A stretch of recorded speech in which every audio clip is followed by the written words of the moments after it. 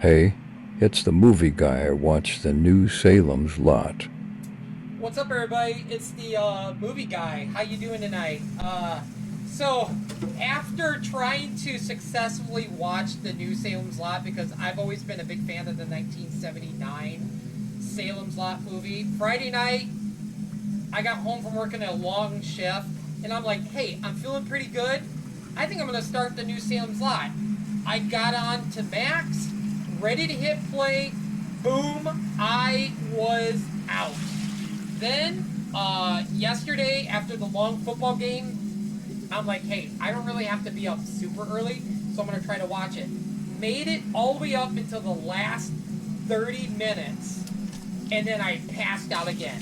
So I woke up early this morning to watch it. I had my alarm set for 9, got up at 10, ended up watching about 20 minutes, 15 minutes of what I had left to watch, and I said, you know what?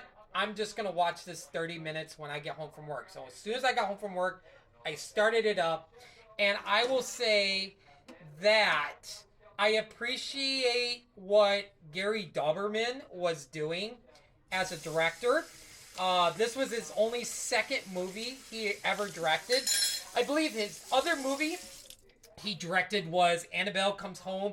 He's done a lot of writing and a lot of producing on other horror movies, well known, like It and The Nun 2. He's, like I said earlier, last night, that he's doing the American version of Train to Busan, which is the Train to New York. So I don't think it was a dumpster fire. I did like some stuff in this movie. I thought some of the vampires looked really cool. Like, probably one of my favorite scenes is when Matt Burke was taking on Mike in Matt's place.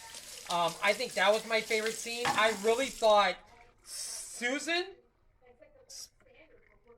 minor spoiler, I really thought Susan was going to turn back into a human. I thought they were going to leave her in the trunk. As soon as they killed the head vampire, like, she would go back to being human. I don't know. But anyway, I don't know if I really liked the Lewis Pullman Ben Mears. I think I really like David Soul better in the original. I'm glad that they kind of did its own thing, but yet stuck to the some of the original stuff. Like when one of the kids came to the window, was tapping at the window, and then the morgue scene with the lady where she had the sheet over her and everything. I'm actually gonna watch the original tonight after the football game because I have not seen the original in a long time, and I think I liked the head vampire makeup and looked better in the original than in this one. I think he looked kind of cool, but he kind of resembled too much of like 30 Days a Night, which isn't a bad thing. I love 30 Days a Night. Um, but yeah, I liked how they kept the movie like set in like the late 70s, early 80s, like the original. But overall, I think I enjoyed it. It was a nice little horror movie. It was a nice little remastered remake of the Stephen King original.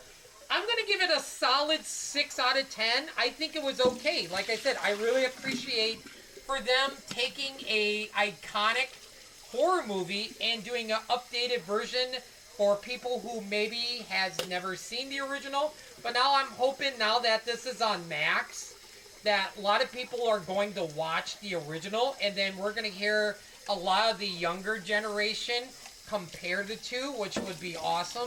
So, like I said earlier, I may or may not been the cause of Max having the original Salem's Lot on Max, because when the Penguins first episode was ready to come out, there was just a coming soon on for Salem's Lot, and the original movie wasn't on Max. So I tweeted Max. I'm like, well, since the new version of Salem's Lot is going to be on Max, I think it would be really cool if you stuck the original on Max. So, and then when I tried to watch the movie on Friday, saw that Salem's Lot was on there, I'm like, maybe I had something to do with it, maybe not. But like I said, a 6 out of 10.